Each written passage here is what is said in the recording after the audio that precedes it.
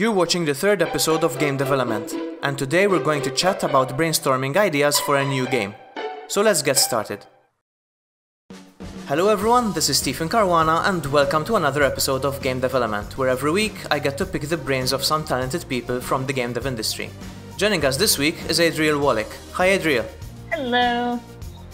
Some people might know you as the person who organizes Train Jam, others from sharing your Game a Week experience, but why don't you tell us a bit about yourself? Yeah, so I'm Adriel Wallick. I am an indie developer. I used to be from the US, now I'm based in the Netherlands, and yeah, like you said, I'm basically best known for organizing Train Jam, which is a game jam that happens on a train every year before GDC from Chicago to San Francisco, and then also being that person who spent an entire year making a different game every single week. So that's what I do.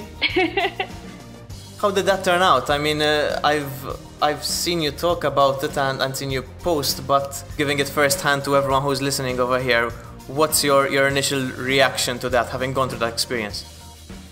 It was definitely a really interesting and educational experience, and I think it really helped my a lot of things in my game development abilities, because when I started doing the whole game a week thing, it was mostly a way to gain my motivation back, because I had just sort of quit my job, decided I wanted to be, an independent, like totally independent solo developer, and I completely lost my motivation. Like, I just sort of spent days and days and days and months just not doing anything, because I had all these ideas and all this unlimited time, and I didn't really have too much of a money pressure at the time, and so it was just one of those things where I just I sat down every day to work on stuff and then just did nothing, because there's no pressure, basically. Yeah, there's no pressure to do anything, so it was just like, oh, I'll just look at Reddit for a little bit, or oh, I'll look at Twitter for a little bit. It was very much like it was really hard to motivate myself, and so it's funny because I didn't do anything for a long time, and then I felt bad because I was wasting all this time, but then since I felt bad, I did less things, and it was like this endless cycle.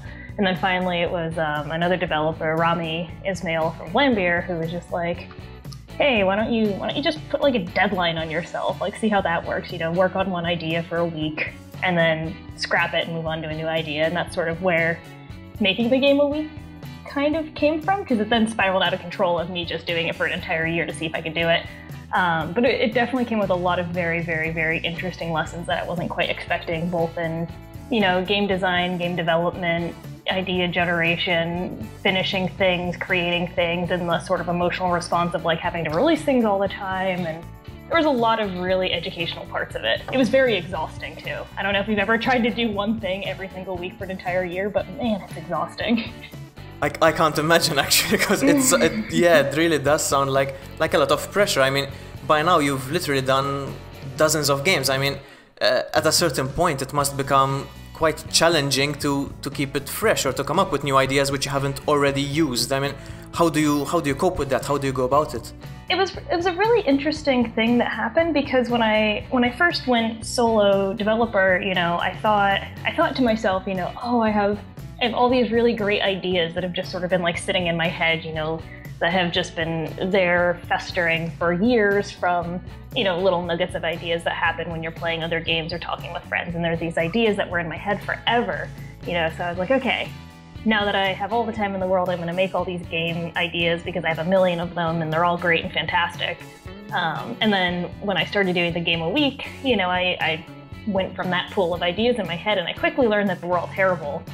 But then the interesting thing that happened was that because I used up all of these ideas that were in my head, because, it turned out I only had 5 or 6 ideas in there. And so then I had this almost like a void, in my mind, where I could be outside and, I'd look at a tree, and that tree would just spark an idea and it would go into that little void. And it was just because I had been since I used up all of these ideas, I all of a sudden had this space for new ideas to just come in. Which was interesting because I would get inspired by the weirdest little tiny things, one of my favorite games that I made, which was towards the end of Game a Week. And that idea came from I was laying in bed and I was listening to music, and I wasn't even thinking about games. And then the song I was listening to made me think of space for some reason. The song just sounded like what I would imagine space to sound like. So then I started thinking about space, and then like something happened in the song and it made me think of gravity, and it was just like all these things just sort of spiraled out of control, and then I was like, oh, I have a game idea. Like I have an idea.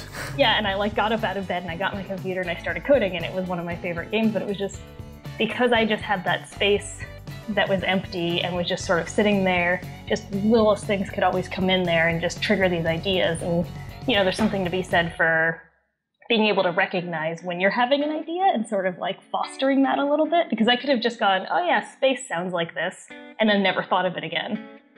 But on the flip side, I mean, in certain situations, and I think this is the benefit of doing something like Game a Week, because you get the chance to explore and learn stuff about yourself, which you go outside of your comfort zone and learn them. But when you're in a situation where you have to come up with certain ideas or have to take a decision on something, in such a situation, what maybe additional perspective or insight has this Game a Week for a whole year given you when you're forced, if you're forced to go down a route or something like that? I think a lot of the more time pressure brainstorming comes down to not saying no to an idea, no matter how silly you think it is or how harebrained of an idea it is. You just sort of let it, and you take it and you see what you can do with that. And there's a bunch of more concrete ways to do brainstorming if you're trying to think of an idea and stuff. There's one method that a designer friend of mine had me do one week when I just could not think of any ideas. And I can't remember exactly what it was, but it was the elemental tetrad is what it was called. And basically you wrote down graphics, technology, mechanics, story, and aesthetics is what is part of the elemental tetrad. And what you do is you put those into 4 columns, and then you just sort of sit there and you think of ideas that fit only in that column. You know, like what technology is at your disposal, you know, Unity or networked multiplayer, whatever. You just think of a bunch of different technologies that you have at your disposal for this project, and then you go through and then you go to the mechanics column and you only write down different mechanics that you'd like to explore. Then you go to the story column and you write down different story elements that you are thinking of. And then you go to the aesthetics and you talk about, you know, the graphics and the aesthetics that you're thinking of. And then once you have all these individual lists, you know, you go through and you take a pencil and you see if you can draw like a line between any of those 4 columns and what makes sense, you know. So I think writing things down and seeing connections between different ideas is a really helpful way to organize your ideas and get ideas down that you wouldn't have thought of otherwise, if that makes sense. Yes, of course, it makes perfect sense. In fact, it's such a simple concept, but it's immediately, it's sounding that it's very powerful because you've got everything tangible written down in front of you. Your kind of the volatile thoughts are put into a more permanent state in front of you, and you can slowly kind of have a look at them and come up with different permutations you wouldn't have thought up if you were just thinking about it in your head. Yeah. So it's the same thing. Have you ever heard of the concept of rubber duck debugging? Rubber duck debugging? No, I've got to say that I haven't, or I'm sure I would have remembered that. So it's a form of programming debugging where you have a rubber ducky on your desk, and when you're stuck on a bug, you explain out loud the bug to this rubber duck. All right. Because it's one of those things, like, I don't know, I'm sure if you've ever programmed something in your life, you've experienced this where you're stuck on a bug, and you're stuck, and you're stuck, and you're stuck, and you cannot figure out the solution. You turn around to somebody and you go, okay, I have this bug, can we talk it through? And then the second you start saying things, you go, oh, I've solved it, never mind, I figured it out. Because it's the act of getting it out of your mind and saying it out loud in a slower, more direct way that lets you see what you've done wrong or lets you see something more clearly. And so rubber duck debugging sort of takes that, and it forces you to say it out loud, which forces your brain to process it outside of your own mind, which helps you see things a little bit more clearly. And it's the same thing with writing things down and just looking at things like that, where you have all those things in your head, but by seeing them outside of your head, it's more clear to see. So it's almost like rubber duck debugging, but for idea generation. Yeah. More verbalized, more tangible. You let your mind process things essentially. Exactly. But then again, I think that's also good to evaluate an idea as well, not just coming up with it. I mean, once it's there written down, you can focus on that and evaluate a bit better whether that's an idea you would like to pursue or not. So it's not just the generation of idea, it's even taking it further, I think. Like your concept or your high concept, which you've written down as as your starting point, and you can start exploring that. Yeah, and that was another thing with doing Game a Week and having to do this every single week was it very quickly taught me how to identify an idea that would actually turn into something as opposed to an idea that wouldn't, because there's so many ideas out there that sound like a good idea, and then when you start turning into a game, like they're terrible. You know, it doesn't make sense as a game, it doesn't work in an interactive medium or whatever. And sometimes it's hard to spot that, but I very quickly, because I always had such a short time pressure every week, I very quickly was able to get in tune with an idea that sounds cool that isn't, you know, and I would, you know, I'd still write it down and I keep it in like a little book somewhere of ideas that maybe someday I can turn into a game. But I think being able to easily identify that is a really good skill. Well, I guess that might come in handy when you've got other people you can run an idea by as well. So it's not just you. Maybe once you're filtering out a couple of ideas, you go to a friend or a fellow developer or even someone outside of the game dev scene. Look, this is what I'm thinking about. What do you think? And it's nice to get that feedback as well. Yeah, I think that's a really important part of idea refinement. It's hard to be a solo developer without any connection to the outside world. Like, that's just not going to work. You have to reach out to the community and you have to just sort of try and be part of it and, you know... In your own way, in whichever way you find comfortable, essentially. I guess. Speaking of reaching out to people, and this is a very cheesy way of segueing into the final bit, but... This is a really good segue. Yeah. So Adriel, where can people follow you online, and what should we look out for over the coming months from your end?